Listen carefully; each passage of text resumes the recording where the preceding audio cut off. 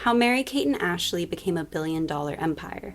Gen X wanted to adopt them, Millennials wanted to be them, and Gen Z wants to dress like them. The them in question, Mary-Kate and Ashley Olsen. Once the richest kids in America, the twin sister duo have weathered media controversies, set various fashion trends, and became an inspiring example of female entrepreneurship. In today's video, we're going to be taking a look at the Olsen twins' impressive career, from their early acting days, to the launch of their million-dollar empire, to their unexpected rise in the high fashion world. Let's get into it. On June 13, 1986, Jarnette and David Olsen welcomed their second child, Ashley, to the world, and 2 minutes afterwards, out popped her sister, Mary-Kate. A mere 6 months later, the twins were cast in the dual role of Michelle Tanner in the ABC sitcom Full House. Because of child labor laws, the production had a finite amount of time with their young actors, but by having the twins play the same character, they were able to divide the workload and film twice as often. While they were noted as being relatively easy babies to work with by multiple members of the cast and crew, John Stamos, who portrayed the carefree Uncle Jesse, emphatically disagreed. And a few months into filming, he even demanded that they be fired because they cried so much. This decision was rather short-lived, however, as the Olsens' red-headed replacements were deemed so terrible that Stamos begged for the twins to be brought back.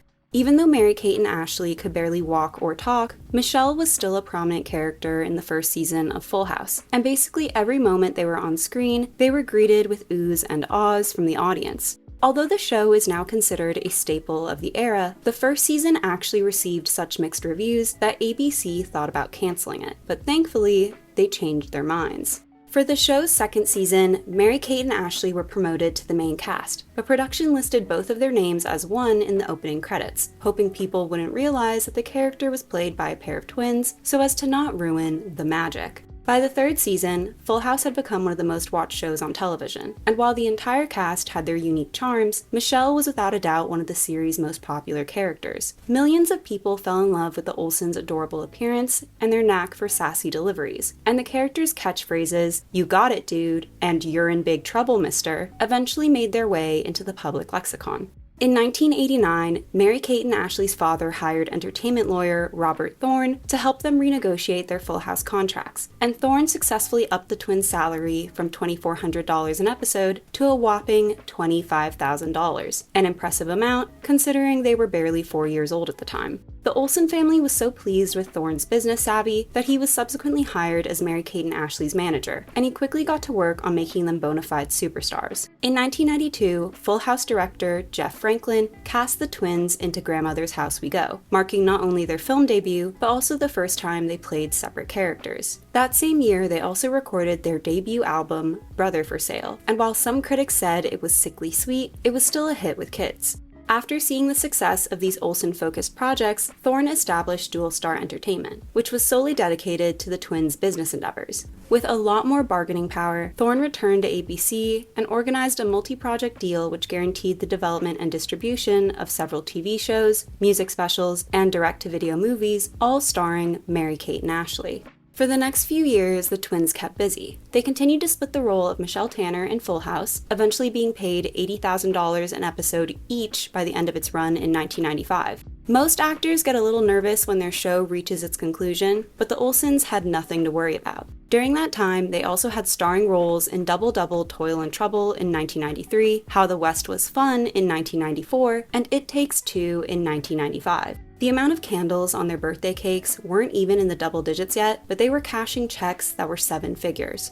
Between 1994 and 1997, they starred in a musical mystery series, The Adventures of Mary-Kate and Ashley, which was accompanied by a series of successful books. I don't remember the plot of any of them, but I sure as hell remember the covers, which featured the girls in stereotypical detective attire with fedoras and trench coats. In 1995, they began releasing a similar music-focused video series, You're Invited to Mary-Kate and Ashley's, which saw the girls do more normal activities like go to the mall, throw a birthday party, or plan a sleepover. Both of these projects were incredibly successful, selling hundreds of thousands of copies and bringing millions of dollars into the Olsen's bank accounts, as Dual Star Entertainment got a cut of the profits. By the age of 10, Mary-Kate and Ashley were declared the youngest self-made millionaires in American history, not to mention had become 2 of the country's biggest stars. Having risen to fame on a TV show that was all about family, people had developed an extreme attachment to the twins over the years, and their public appearances drew thousands of fans consistently. The Olsens were also responsible for an increase in twin-centric media as a whole, as seen in Sweet Valley High, The Parent Trap, Sister Sister, and Full House itself.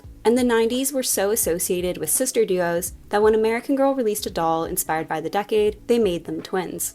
As they entered their tween years, their projects evolved with them, while still being kid-friendly and parent-approved. This new direction began with the 1998 ABC sitcom Two of a Kind, where they played twin sisters Mary-Kate and Ashley Burke. As you can tell by the name of the characters, there was no attempt to deviate from their winning formula. The series leaned into a staple trope of twin media, with Mary-Kate being more of a tomboy, while Ashley was more of a girly girl. This dynamic was also played up in real life as a way of creating individual identities within their linked branding, allowing fans to resonate more with one or the other, although the girls would later admit that their actual personalities existed somewhere in the middle. Two of a Kind received poor reviews right out of the gate, and after 22 episodes it was cancelled. However, in typical dual star fashion, it was also accompanied by a series of books, which were ironically more successful than the show they were based on, eventually receiving 40 installments. It was through this project that the twins met costume designer Judy Swartz, who would go on to dress the girls both on and off screen.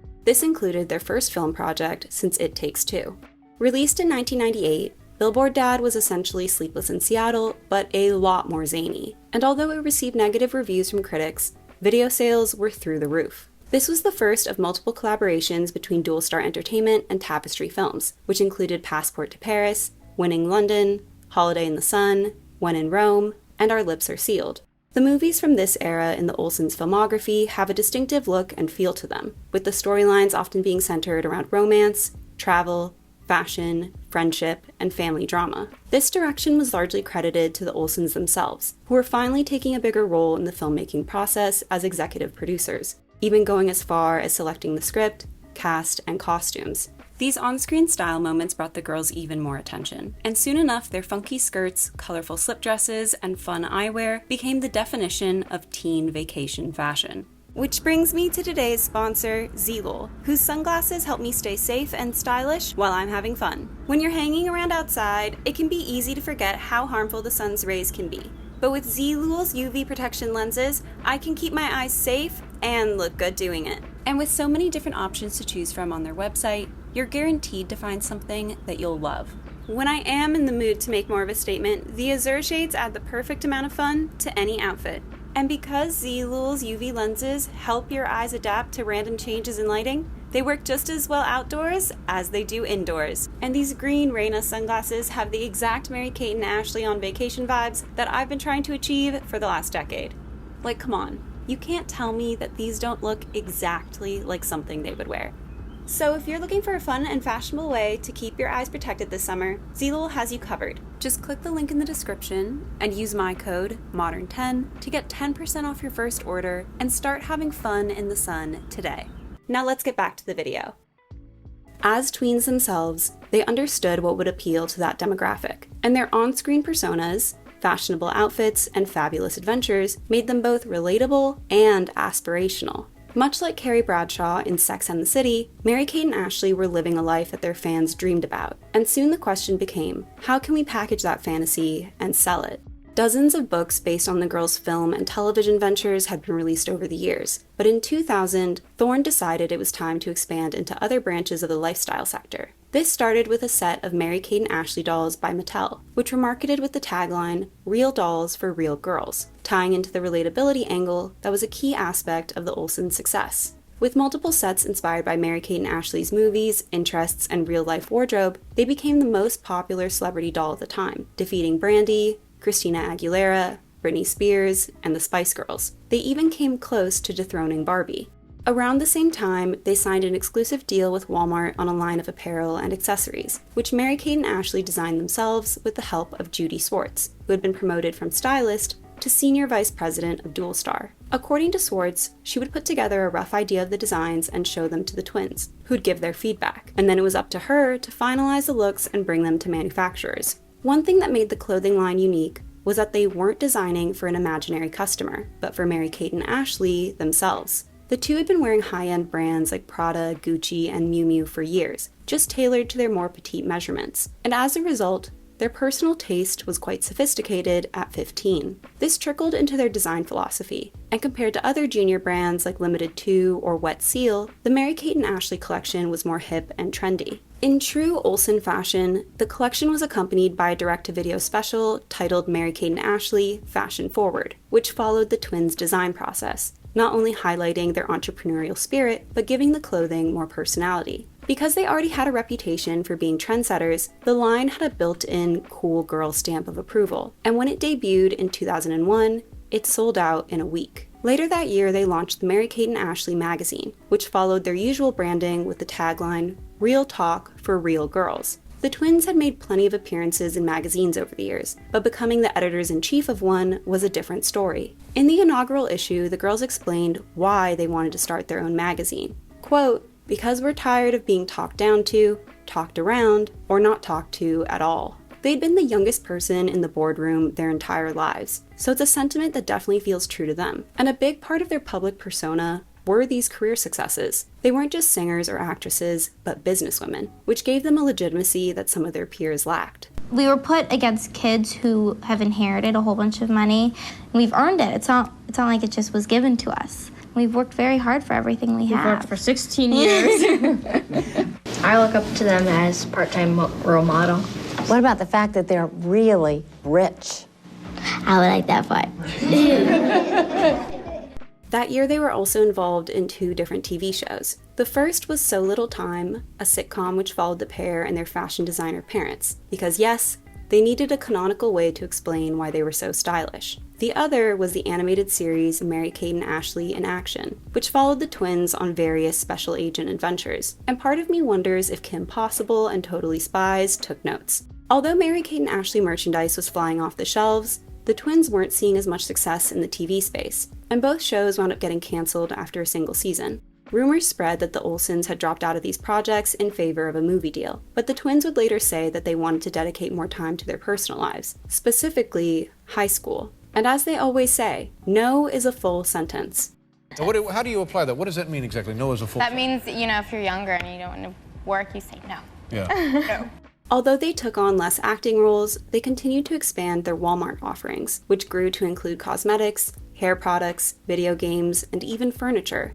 Apart from the line's affordability, its success was also credited to its personal knowledge of tween trends, and by 2003, it was estimated to be bringing in nearly $700 million annually. And it's no surprise that Walmart has continued to try to replicate its success in the years since with other celebrity collaborations, including Miley Cyrus, Megan Thee Stallion, and Jessica Simpson. The Olsens' impact on pop culture at the time was perhaps best exemplified by their appearance in the iconic July 2003 issue of Vanity Fair, It's Totally Raining Teens, which highlighted the entertainment industry's push for youth-driven content. Mary-Kate and Ashley were unique in the lineup as they weren't just benefiting from the trend, but had a hand in creating it. The two were featured prominently on the cover, and even when surrounded by other famous teens of the era like Amanda Bynes, Mandy Moore, Hilary Duff, Alexis Bledel, Raven-Symoné, and Lindsay Lohan, the interviewer made a point of mentioning that the Olsens were regarded with awe by the rest of the group, which makes sense considering most of the people in the room had grown up watching them on TV. Mary-Kate and Ashley had maintained a wholesome image throughout their teens. They didn't go out clubbing, they weren't openly dating, they were well-mannered, they were close to their family, and their clothing was modest while still being stylish. As a result, most of the media coverage directed towards them had been fairly positive, but as they started transitioning from adolescence into early adulthood, the conversation started to shift in an unpleasant, yet sadly predictable direction. Hollywood's little girls are all grown up, and everyone, everywhere is dying to get near them. Are they going to have a sexier image to keep their fans as they get older? I didn't want to think about that. Geez, why ask me that question? Too hard for a father to think about. Right, let's figure, talk about something else. No. Oh, are you excited about the Olsen twins? They're going to be here. Yes. How old are you? 17. How old are they? 17. I got a hotel room and whatnot, you know what I mean? I'm going to take care of things later. They started to get asked about their sex lives in interviews, grown men would call them pieces of ass, and there were dozens of websites dedicated to counting down the minutes until they turned 18 and were no longer jailbait. In early 2004, they appeared in New York Minute, which followed the familiar formula of their earlier movies, but with a bigger budget and slightly more risque jokes. They didn't go full showgirls, but it was still a way of signaling to the world that they were growing up. I remember watching this in theaters and having an absolute blast, but I must have been one of the few, considering it was not only panned critically, but failed to recoup its investment. It also earned Mary-Kate and Ashley nominations at that year's Golden Raspberry Awards. Perhaps because of this failure, Ashley made the decision to retire from acting, and this marked the last project the two starred in as a duo. It was officially the end of an era, but at least it was immortalized in the form of a joint star on the Hollywood Walk of Fame.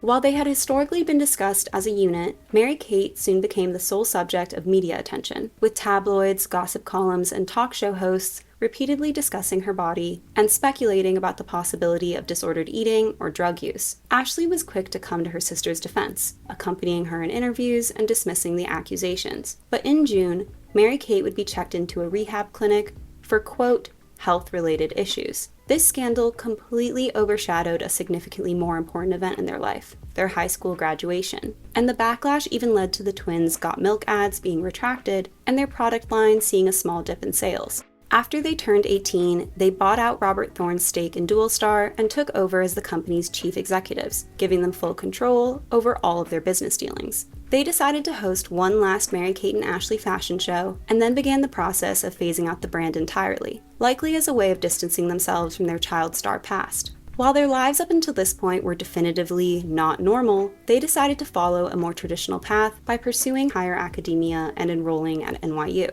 From the time they were kids, they wore clothing that leaned into their twin identity, not being quite as matchy-matchy as The Shining, but with only a few changes to the color or silhouette to still make it clear that they were a unit. Although Mary-Kate was usually branded as the sporty one and Ashley the girly one, they weren't sticklers for these style codes, with both twins wearing dresses or jeans equally. Although the two look basically identical, more so when they were kids than they do now, they're actually fraternal twins, and there are a few tips and tricks to spotting which is which. Ashley is a little bit taller, has a freckle above her lip, and slightly rounder eyes, and if you ever catch them holding a pen, Mary-Kate is left-handed, while Ashley is right-handed. But I'll be honest, there's definitely the occasional photo where I can't tell the difference between the two.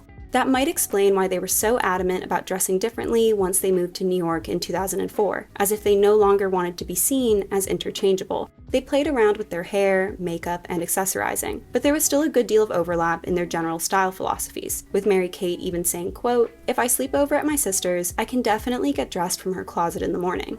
They specialized in a sort of dressed-down, lived-in style that incorporated unique outerwear, vintage dresses, designer handbags, and giant sunglasses. These outfits drew mixed reactions, with some publications even referring to it as homeless chic. But in retrospect, I think they were some of the best-dressed stars of the era.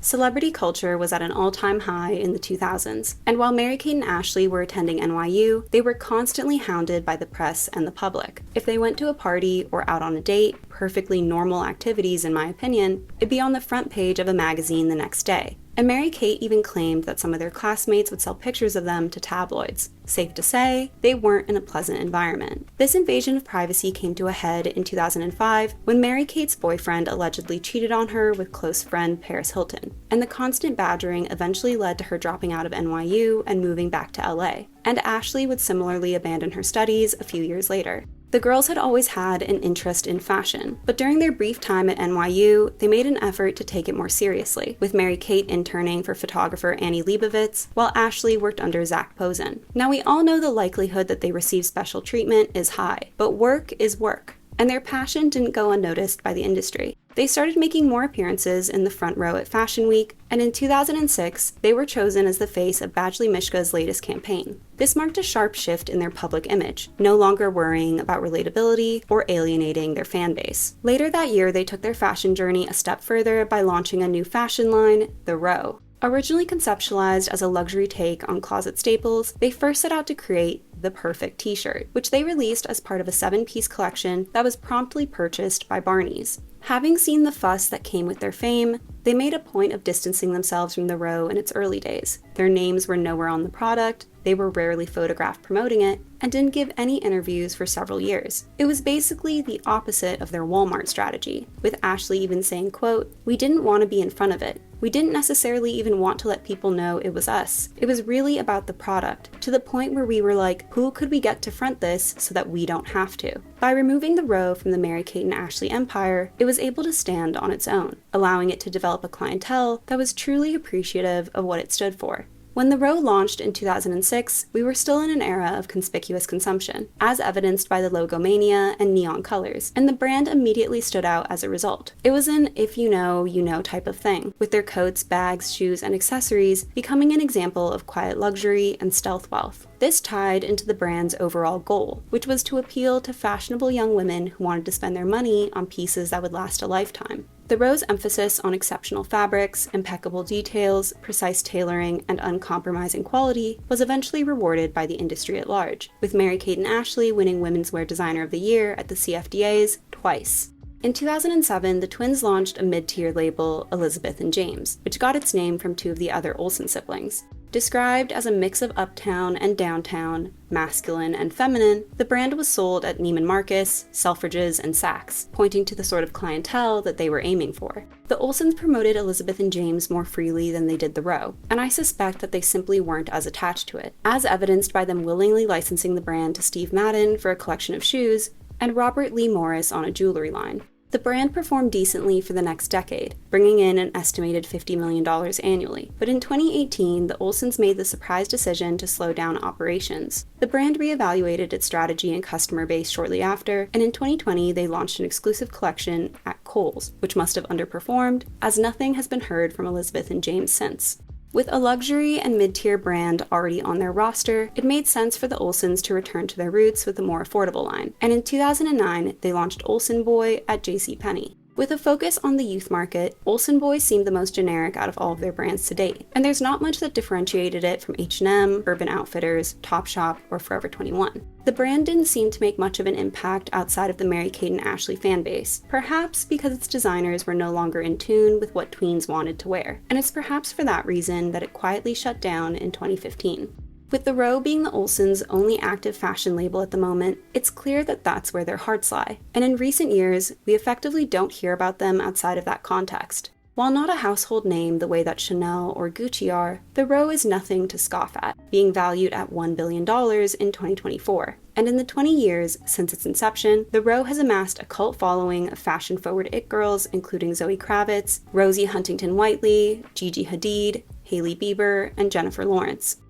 In hindsight, Mary-Kate and Ashley's growing pains were relatively mild in comparison to other child stars like Miley Cyrus, Lindsay Lohan, and Christina Aguilera. And it's perhaps because they were able to maintain that positive association that their careers have seen a level of longevity that is near unmatched. Sure, they aren't acting anymore, but that seems to be completely of their own accord, with the two even declining to return for the 2017 Full House spinoff, a decision that was received poorly by the rest of the cast and crew, who made several pointed digs at Michelle/Mary-Kate and Ashley's absence. Considering how famous they once were, I mean, you literally couldn't walk through a mall without seeing their faces plastered somewhere. It's no surprise that they've chosen to lead a more private lifestyle in recent years, a mindset that they carry over into the row, which is one of the few brands with a no pictures policy during Fashion Week. Even when they were kids, they always seemed the most passionate when talking about clothing, and it's amazing to see them embrace their true calling. They're still expressing themselves, but they've just replaced red carpets for runways.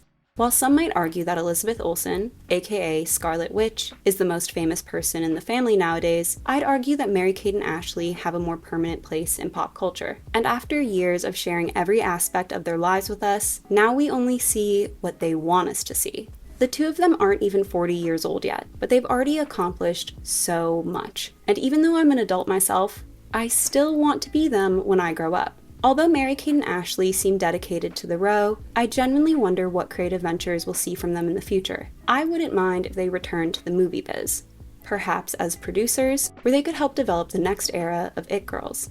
I hope you enjoyed this video. Don't forget to like and subscribe, and I'll see you soon. Bye!